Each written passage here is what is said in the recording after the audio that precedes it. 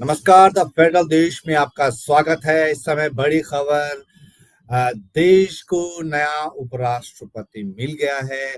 आज जो चुनाव हुआ उसमें उसका नतीजा आ गया है। एनडीए के जो उम्मीदवार हैं सीपी राधाकृष्णन, वो देश के अगले उपराष्ट्रपति चुने गए हैं। तो सीपी राधाकृष्णन का चुना जाना पॉलिटिकली कितना अहम है, इस खबर पर हमारे सहयोगी ललित राय लगातार नजर बनाए हुए थे सुबह से, और वो डिटेल उनके पास है कि उनके हक में कितने वोट पड़े हैं राधा कृष्णन के, और जो इंडिया गठबंधन के उम्मीदवार थे उनको कितने वोट मिले हैं। Lalit, over to you. क्या रिजल्ट है और इस रिजल्ट को कैसे देख रहे हैं ललित? मनु, देखिए, सबसे बड़ी बात है कि जब नॉमिनेशन प्रक्रिया की औपचारिक शुरुआत हो गई और उसके बाद बीजेपी की तरफ से, एनडीए की तरफ से जो साझा उम्मीदवार सीपी राधाकृष्णन को बनाया गया, तो करीब करीब नतीजा तो यह साफ था कि 9 सितंबर को यदि चुनाव होता है तो उसके नतीजे उनके पक्ष में जाएंगे। सबसे बड़ी बात यह थी कि क्या सीपी राधाकृष्णन के खिलाफ, मतलब एनडीए के खिलाफ, इंडिया गठबंधन की तरफ से उम्मीदवार उतरेगा या नहीं उतरेगा, ये सबसे बड़ी बात थी। हालांकि अंत समय में जाकर के नॉमिनेशन के ठीक एक दिन पहले क्या हुआ कि इंडिया गठबंधन की तरफ से बी सुदर्शन रेड्डी को भी मैदान में उतारा गया और वो सुप्रीम कोर्ट में जस्टिस रहे और बहुत बड़े बड़े फैसले भी दिए थे, जिसमें सलवा जुडूम का भी एक फैसला था जो चर्चा में आया। तो अगर आंकड़ों की अगर बात करें, अगर मौजूदा 9 सितंबर को, अब बी सुदर्शन रेड्डी के मैदान में आने से साफ हो गया कि 9 सितंबर को चुनाव होने जा रहा है। 9 सितंबर को आज सुबह 10 बजे से मतदान शुरू हुआ था, जो 5 बजे खत्म हुआ। कुल 788 सांसद लोकसभा और राज्यसभा में मिलाकर के हैं, लेकिन 7 सीटें वैकेंट हैं, तो 781 कुल सांसद हैं।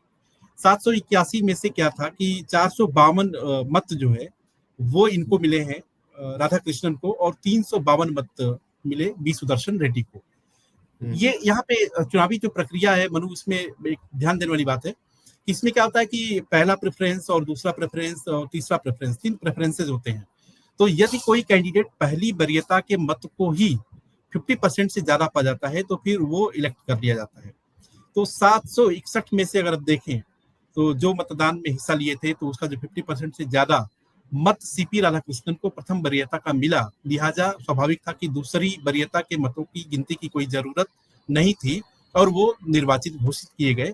अब यह है कि देश के जो उपराष्ट्रपति होंगे वो सीपी राधाकृष्णन होंगे।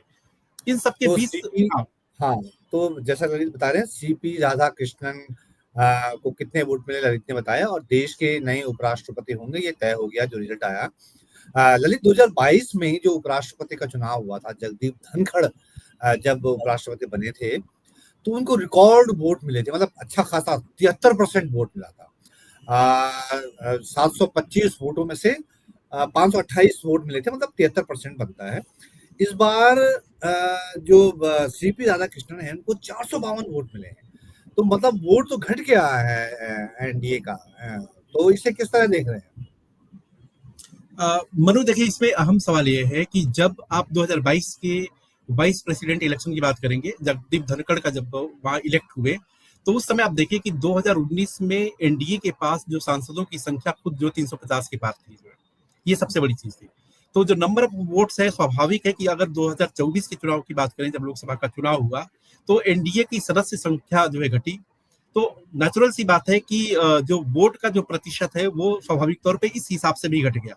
दूसरी चीज है कि इस बार क्या है कि इंडिया गठबंधन, मतलब विपक्ष जो है पूरी तरीके से वो इकट्ठा रहा। हालांकि इस तरह की खबरें आ रही हैं कि 15 ऐसे विपक्षी सांसद हैं, इस तरह की खबर है कि उन्होंने क्रॉस वोट किया है, यानी कि उनको मत देना चाहिए था बी सुदर्शन रेड्डी को, लेकिन उन्होंने मत दिया है जाकर के सीपी राधाकृष्णन को।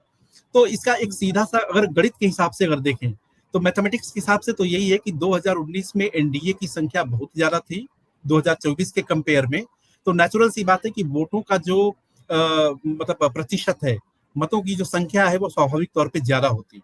इस दफा एनडीए की संख्या कम है, लिहाजा मतों की संख्या जो है कम हो गई। और सबसे बड़ी चीज है कि इस बार विपक्ष भी यूनाइटेड रहा।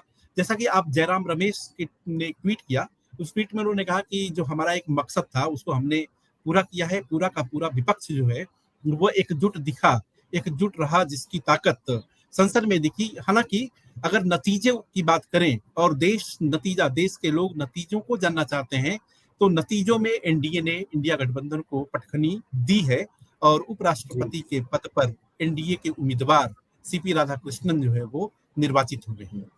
तो जी नतीजा मनु। ये बता रहा है कि इंडिया गठबंधन को पटखनी मिली है एनडीए से।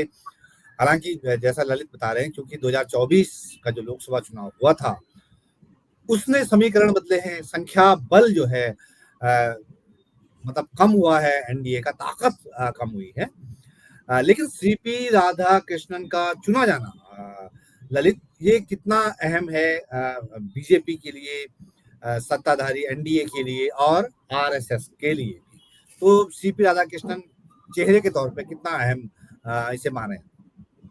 मनु, देखिए कि जब जुलाई के महीने में मानसून सत्र की शुरुआत हुई 21 जुलाई को, तो उसके बाद जब रात में ये एक खबर आई कि जगदीप धनखड़ जो है उपराष्ट्रपति ने पद से इस्तीफा दे दिया है, तो वो सबको अवाक कर गया। सारे लोग अवाक और रह गए, हतप्रभ रह गए कि आखिरकार ऐसा क्या हुआ। तो निश्चित तौर पे क्या है कि 21 जुलाई से लेकर के 9 सितंबर का जो ये पूरा टाइम फ्रेम है, इसमें आप देखें तो तरह तरह की बातें आई। एक सबसे बड़ी बात ये थी कि अब भारतीय जनता पार्टी और एनडीए किस चेहरे को सामने लेकर के आएगी। तरह तरह के नाम भी पॉलिटिकल सर्कल में घूमते रहे, गूंजते रहे, लेकिन अंत में सीपी राधाकृष्णन के नाम पर सहमति बनी। और सीपी राधाकृष्णन का अगर मूल देखिए तो वो तमिलनाडु से हैं। तमिलनाडु कोयम्बटूर से 2 बार सांसद भी रहे, तिरुपुर के रहने वाले हैं। और सब जिस तरीके से आप अगर भारतीय जनता पार्टी की देखिए तो सबसे बड़ी गठबंधन का सबसे बड़ा दल भारतीय जनता पार्टी है, और उसने अपने उम्मीदवार को मैदान में उतारा एनडीए उम्मीदवार के तौर पर। तो कहीं ना कहीं आप देखेंगे कि अगर भारतीय जनता पार्टी के लिहाज से देखें तो एक संदेश देने की कोशिश हुई थी कि दक्षिण भारत में, खासतौर से डीप साउथ में, तमिलनाडु में, जहां पर भारतीय जनता पार्टी अपने प्रभाव को आगे लेकर के जाना चाहती है, बढ़ाना चाहती है, अपने को स्थापित करना चाहती है पूरी तरीके से, तो उस दिशा में इस उम्मीदवार के सिलेक्शन को देखा गया जो एनडीए उम्मीदवार के तौर पर आए। क्योंकि आप देखेंगे कि एक चाल एनडीए की तरफ से, भारतीय जनता पार्टी की तरफ से साउथ की तरफ से एक चेहरा उतारा गया, और कहीं ना कहीं वो इंडिया गठबंधन के सामने भी एक चुनौती पेश किया कि खासतौर से अगर इंडिया गठबंधन की बात करें और कांग्रेस की बात करें, तो हाल फिलहाल में कांग्रेस की स्थिति कमजोर होने के बावजूद जो कुछ ताकत मिली है, वो साउथ से ही कांग्रेस को ताकत मिल रही है। तो स्वाभाविक तौर पे यह था कि कांग्रेस के सामने भी ये चुनौती थी, मतलब इंडिया गठबंधन के सामने भी ये चुनौती थी कि वो चेहरा कौन सा होगा, कहां से होगा, किस तरीके से होगा। लिहाजा उन्होंने बी सुदर्शन रेड्डी को मैदान में उतारा, जिनका नाता तेलंगाना से है, और उसके बाद एक उनका बेहतरीन ट्रैक रिकॉर्ड, सुप्रीम कोर्ट में जस्टिस रहे। यानी कि मतलब उन्होंने भी एक संदेश देने की कोशिश की कि भारतीय जनता पार्टी अगर साउथ से किसी चेहरे को प्रोजेक्ट कर रही है, ला रही है, तो कम से कम दक्षिण भारत के प्रति हमारा जो लगाव है वो शुरू से बना हुआ है, और हम भी ये संदेश देना चाहते हैं, बताना चाहते हैं कि दक्षिण भारत से मोह हमारा भंग नहीं है। लिहाजा इंडिया गठबंधन की तरफ से भी एक साउथ से कैंडिडेट आया। तो कुल मिला जी, करके जी। ये थी कि एक चुनाव जो है वो उपराष्ट्रपति का चुनाव, उसके बहुत पॉलिटिकल संदेश भी थे, और भारतीय जनता पार्टी की तरफ से, एनडीए की तरफ से यह संदेश देने की कोशिश की गई कि दक्षिण भारत का हर एक सूबा उनके लिए काफी महत्व है, और भारतीय जनता पार्टी के लिहाज से तमिलनाडु, हम्म, जिसमें वो किसी भी तरीके से कमल का फूल खिलाना चाहते हैं, वह हर एक हम्म, कवायद, हर एक कोशिश हो रही है कि तमिलनाडु पर उनका एक झंडा गड़े। हम्म, क्योंकि आप देखेंगे कि कर्नाटक ही, साउथ में कर्नाटक एक ऐसा स्टेट है जहां पर करीब 15-16 साल पहले भारतीय जनता पार्टी को जीत मिली थी, वहां पे कमल खिला था, और वो भले ही कुछ समय मतलब सत्ता में आना जाना लगा रहता है, लेकिन भारतीय जनता पार्टी का एक प्रभाव कर्नाटक पर है, कर्नाटक में है। अब वो ये चाहते हैं कि डीप साउथ में जाकर के वो तमिलनाडु को भी अपने पाले में कर सके। जी हम्म। मनु। तो तमिलनाडु पर फोकस है। हालांकि अ, हुआ ये है कि जो एनडीए का दक्षिण था वो इंडिया के दक्षिण पर भारी पड़ गया, और एनडीए का जो दक्षिण बहुत कैलकुलेटेड दक्षिण था, क्योंकि बीजेपी के लिए तमिलनाडु बहुत अहम है, जैसा ललित बता रहे हैं। हालांकि इंडिया गठबंधन ने उसी की काट निकाली और रेड्डी साहब को उतारा। तो एक बहुत मतलब जेंटल चुनाव था, बहुत दोनों ठीक ठाक चेहरे थे, ऐसा नहीं था कि कोई हल्का चेहरा था, लेकिन चूंकि संख्या बल का खेल होता है तो संख्या एनडीए के पास अभी ज्यादा है, और 24 के चुनाव में भले ही उनकी संख्या थोड़ा कम हुई है, लेकिन फिर भी राज्यसभा का जो चेयरमैन, जो उपराष्ट्रपति चुना गया है, तो वो उस संख्या को जो है वो काम कर गई है।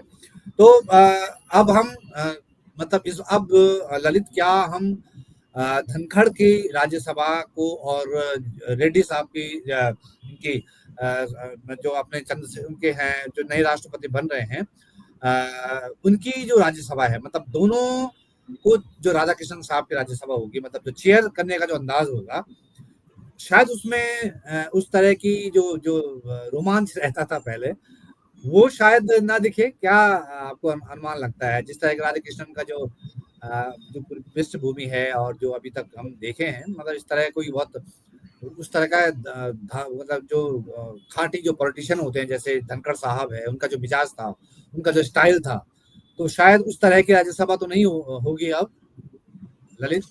मनीष, मतलब ये इस सवाल का जवाब जब अब विंटर सेशन आएगा और उसके बाद देखने को मतलब पता चलेगा, लेकिन दोनों के मिजाज में काफी फर्क है।